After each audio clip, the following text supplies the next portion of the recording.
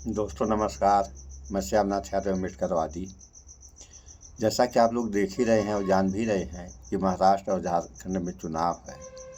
तो चुनाव के दौरान जो भी पार्टी सत्ता में थी उसको क्या कह कर के वोट मांगना चाहिए, ये तो आप सारे लोग जानते हैं। इन लोगों को कहना चाहिए कि हमने ये विकास किया, इतनी बेरोजगारी दूर कर दी, इतने रोजगार दे दिए, लेकिन ये लोग कह क्या रहे हैं? थोड़ा सा आप लोग ये लोग तो छोड़िए, ये प्रधानमंत्री क्या कह रहे हैं, थोड़ा सा आप लोग इस वीडियो में देख लें, फिर आगे बात हो। कि झूठ बोलो, बार बार झूठ बोलो, जोर जोर से झूठ बोलो, एक साथ झूठ बोलो, पब्लिक सच मान लेगी, अंधभक्त सच मान लेंगे और उसी रणनीति पर काम किया जा रहा है। पंडित नेहरू से लेकर राहुल गांधी तक पीएम मोदी ने क्या झूठ बोलने का काम किया। पीएम मोदी के भाषण का पहला सीन दिखाते हैं, उसके बाद ततैया लड़ने वाला सीन भी दिखाएंगे। पहले पीएम मोदी नेहरू से लेकर राहुल गांधी को बदनाम करते हुए क्या कहते हैं, जरा सुनिए, उसके बाद फैक्ट चेक करेंगे। कांग्रेस द्वारा एक जाति को दूसरी जाति से लड़ाने का खतरनाक खेल खेला जा रहा है और ये खेल इसलिए खेला जा रहा है क्योंकि कांग्रेस कभी दलितों, पिछड़ों, आदिवासियों को आगे बढ़ते नहीं देख सकती। यही कांग्रेस का इतिहास है। आजादी के समय हमारे बाबा साहब आंबेडकर ने बहुत कोशिश की थी कि शोषितों, वंचितों को आरक्षण मिले, लेकिन नेहरू जी अड़े हुए थे कि किसी भी कीमत पर दलितों, पिछड़ों, आदिवासियों को आरक्षण नहीं दिया जाएगा। बहुत मुश्किल से बाबा साहब दलितों और आदिवासियों के लिए आरक्षण का प्रावधान करा पाए, उनको लड़ाई लड़नी पड़ी। नेहरू जी के बाद इंदिरा जी आई, उन्होंने भी आरक्षण के खिलाफ ऐसा ही रवैया जारी रखा। उनका भी मकसद यही था कि किसी भी कीमत पर एससी, एसटी, ओबीसी को प्रतिनिधित्व न मिल पाए। ये लोग चाहते थे कि एससी, एसटी, ओबीसी हमेशा कमजोर रहे। इंदिरा जी के बाद राजीव गांधी आए, उनकी भी सोच और अप्रोच अपने खानदान से अलग नहीं थी। राजीव गांधी ने भी ओबीसी आरक्षण का खुल करके विरोध किया था। ये लोग जानते थे कि एससी, एसटी, ओबीसी अगर ये समाज मजबूत हो गया तो उनकी राजनीति की दुकान का शटर गिर जाएगा। राजीव गांधी के बाद अब इस परिवार की चौथी पीढ़ी इस खतरनाक भावना के साथ उनके युवराज काम कर रहे हैं। तो पीएम मोदी यहां पर पंडित नेहरू से लेकर राहुल गांधी पर आरक्षण विरोधी होने का आरोप लगाते हैं। पहले पंडित नेहरू की बात करते हैं। पीएम मोदी ने कहा कि डॉक्टर अंबेडकर का अपमान किया पंडित नेहरू ने। डॉक्टर अंबेडकर कांग्रेस के सदस्य नहीं थे, उसके बावजूद पंडित नेहरू ने उन्हें अपने मंत्रिमंडल में शामिल किया।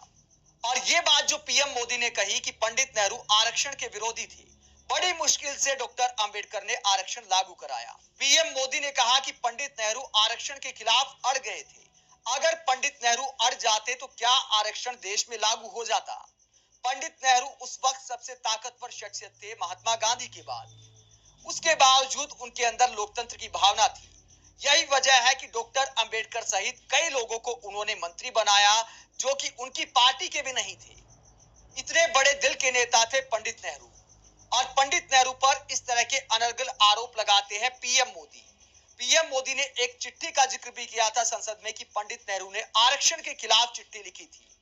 पंडित नेहरू ने अपना व्यक्तिगत मत बताया था कि आरक्षण आर्थिक आधार पर होना चाहिए, लेकिन ये तब के लोकतंत्र की खूबसूरती थी कि देश के सबसे बड़े नेता अपनी दिल की बात बताते हुए डरते नहीं थे और सामूहिक राय का सम्मान करते थे। पंडित नेहरू ने यह भी माना था कि सुन लिया आप लोगों ने अब आगे अभी देखिए इसी वीडियो में। इसीलिए आरक्षण पर वो सहमत हो गए। तौर पर जाति का सरासर गलत है था। दूसरी बीजेपी के तमाम ये हाल है और ये विरोध कर रहे हैं। विरोध लागू हो जाता है कि बार बार अंदाज में का मतलब होता है अभी राहुल गांधी जो कह रहे हैं। पीएम मोदी किस तरह का नारा लगाते हैं। अब दूसरा सुन लीजिए आप लोग, उसके बाद फिर आगे बात हो। कॉपीराइट हो गया तो उसी नारे को दूसरे शब्दों में किस तरह लगवाते हैं पीएम सुन मोदी, लीजिए जरा थोड़ा सा सुनिए। ये भी। जनजातीय समाज की पहचान, शेड्यूल ट्राइब की एकता, इसको तोड़ने में कांग्रेस लगी हुई है। आदिवासी जातियों की एकजुटता कांग्रेस को फूटी आंख नहीं सुहाती। कांग्रेस का एजेंडा है कि देश भर की आदिवासी जातियां आपस में लड़ती रहें, उनकी सामूहिक आदिवासी ताकत खत्म हो जाए। कांग्रेस ने जब धर्म के नाम पर ऐसे ही साजिशें रची थी तो देश का बंटवारा हो गया था। अब कांग्रेस SC, ST, OBC समाज की एक जाति को दूसरे के खिलाफ खड़ा कर रही है। भारत के खिलाफ इससे बड़ी साजिश कोई और नहीं हो सकती।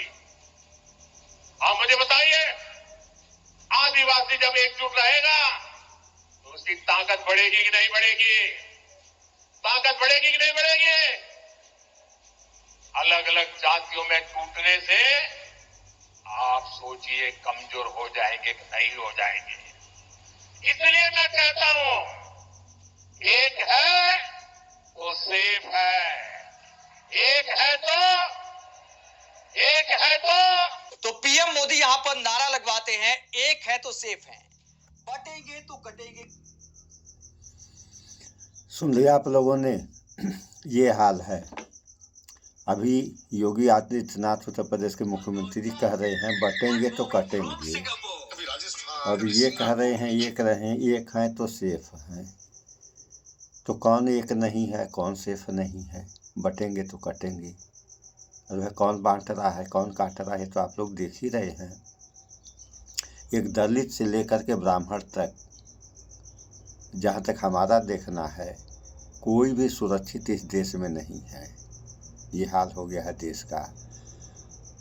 और कहने को एक हैं तो सेफ हैं, बटेंगे तो कटेंगे। और कांग्रेस ने आरक्षण का विरोध किया, और यही आज के समय राहुल गांधी हैं। ये कहते हैं जाति जनगणना कराओ, तो जाति जनगणना कराने में यानी मोदी सरकार को क्या परेशानी है? करा दो जाति जनगणना, सारी समस्या का समाधान हो जाएगा। लेकिन ऐसा करेंगे नहीं और कहेंगे कुछ। आप लोग जानते ही हैं कि किसी झूठ को, ऐसा नियम है दोस्तों कि किसी झूठ को अगर 6 बार सच के रूप में बताया जाए तो सच ही हो जाता है। और यहाँ तो बार बार झूठ को सच में परिवर्तित किया जाता है, तो जनता क्या कहेगी? जनता तो यही कहेगी कि ये जो कह रहे हैं वही सही है, क्योंकि जनता जानकर भी अनजान है क्या हुआ, क्या हो रहा है। ये तो सारे लोग जानते हैं। जैसे कंगना रनौत का ये कहना था, ये सांसद हैं मंडी से,